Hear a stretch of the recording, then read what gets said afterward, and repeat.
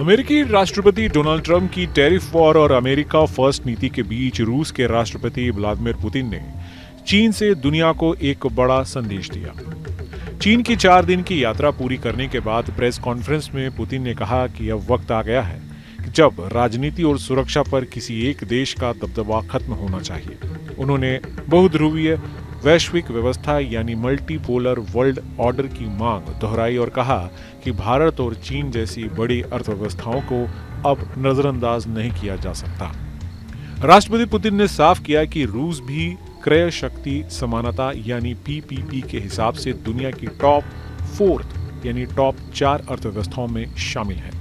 ऐसे में यह मान लेना चाहिए कि कोई एक देश वैश्विक राजनीति और सुरक्षा पर हावी रहेगा, ना तो ये इंसाफ है और ना ही कोई व्यवहारिक बात। उनका निशाना साफ तौर पर अमेरिका और उनकी यूनिपोलर वर्ल्ड व्यवस्था पर था, जिसने दशकों तक अंतर्राष्ट्रीय राजनीति में दबदबा बनाए रखा।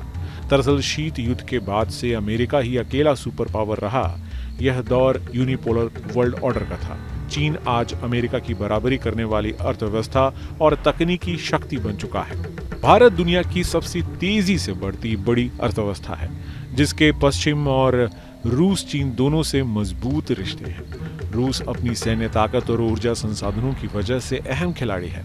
ब्राजील लैटिन अमेरिका की सबसे बड़ी अर्थव्यवस्था है, जबकि दक्षिण अफ्रीका अफ्रीकी महाद्वीप का प्रतिनिधि है। इन देशों की संयुक्त ताकत ने मल्टीपोलर वर्ल्ड को केवल थ्योरी नहीं बल्कि हकीकत बनाना शुरू कर दिया है।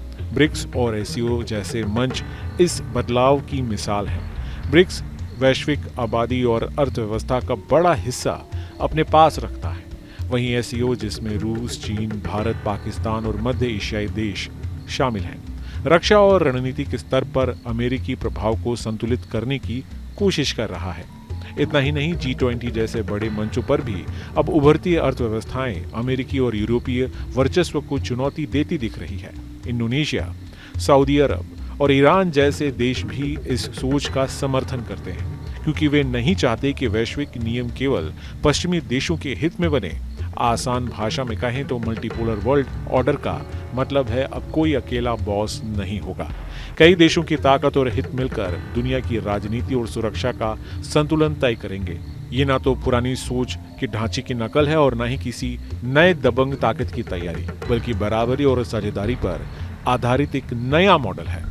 पुतिन का यह बयान ऐसे समय आया जब ट्रंप टैरिफ लगातार चीन को झुकाने की कोशिश कर रहे हैं और अमेरिकी बादशाहत को फिर से स्थापित करना चाहते हैं। लेकिन पुतिन ने चीन से खड़े होकर साफ कह दिया कि अब वैश्विक राजनीति की धुरी बदल रही है। यानी तस्वीर साफ है, एक ध्रुवीय दुनिया का दौर ढलान पर है। आने वाले समय में वैश्विक फैसले किसी एक ताकत के हाथ में नहीं होगी, बल्कि कई देशों और समूह की साझी भागीदारी से तय होंगे। यही है वो नया समीकरण जिसे पुतिन दुनिया के सामने रख रहे हैं। जहाँ भक्ति है हर शब्द में, कथाओं में छुपे हैं दिव्य रहस्य और ज्योतिष देता है जीवन को दिशा। धर्म से जुड़ी हर बातों को जानने के लिए हमारे चैनल स्तुति को सब्सक्राइब करें। चैनल पर जाने के लिए इस लिंक पर क्लिक करें।